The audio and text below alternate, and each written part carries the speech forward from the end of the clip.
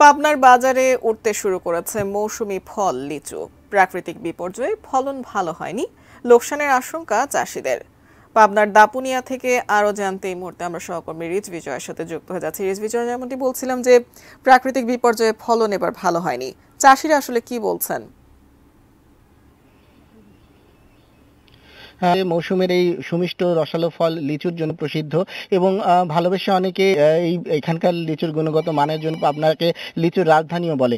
তো সব মিলে আসলে প্রত্যেক বছরে যে ধরনের পরিস্থিতি থাকে তা থেকে কিন্তু এবার কিছুটা ভিন্ন, কেননা আসে যে গত কয়েকদিন যে তীব্র তাপদাহ গিয়েছে গত মাসে, সেটি কিন্তু আসলে নজিরবিহীন ছিল। অন্যান্যবার তাপদাহ বা এরকম গরমের যে পরিস্থিতি থাকে তার মধ্যে কিন্তু মাঝে মাঝে বৃষ্টি হয়েছে, সেই বৃষ্টিটা আসলে লিচুর ফলনের জন্য খুবই প্রয়োজন। তো এবছর আসলে মানে টানা এই নজিরবিহীন যে তাপদাহ ছিল সে সময় কিন্তু একেবারে বৃষ্টি হয়নি। তো সেচ সংকট এবং অন্যান্য এই প্রাকৃতিক বিপর্যয়ের কারণে লিচু কিন্তু এখনো ভালো করে যে পুষ্ট হওয়া সেটি কিন্তু হয়নি।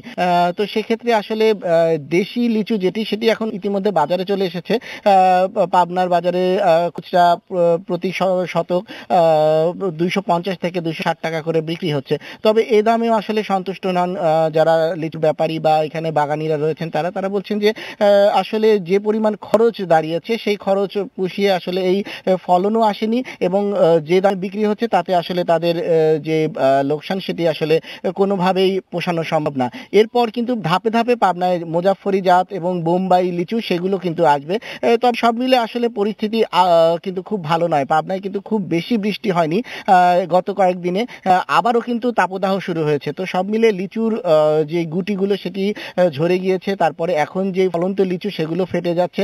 সব মিলে লিচুর সব মিলে একটা ফলন বিপর্যয়ের আশঙ্কাই কিন্তু করছেন এবারে পাবনার বাগানীরা। এই ছিল আমার কাছে পাবনার বাগান থেকে লিচুর সর্বশেষ পরিস্থিতি।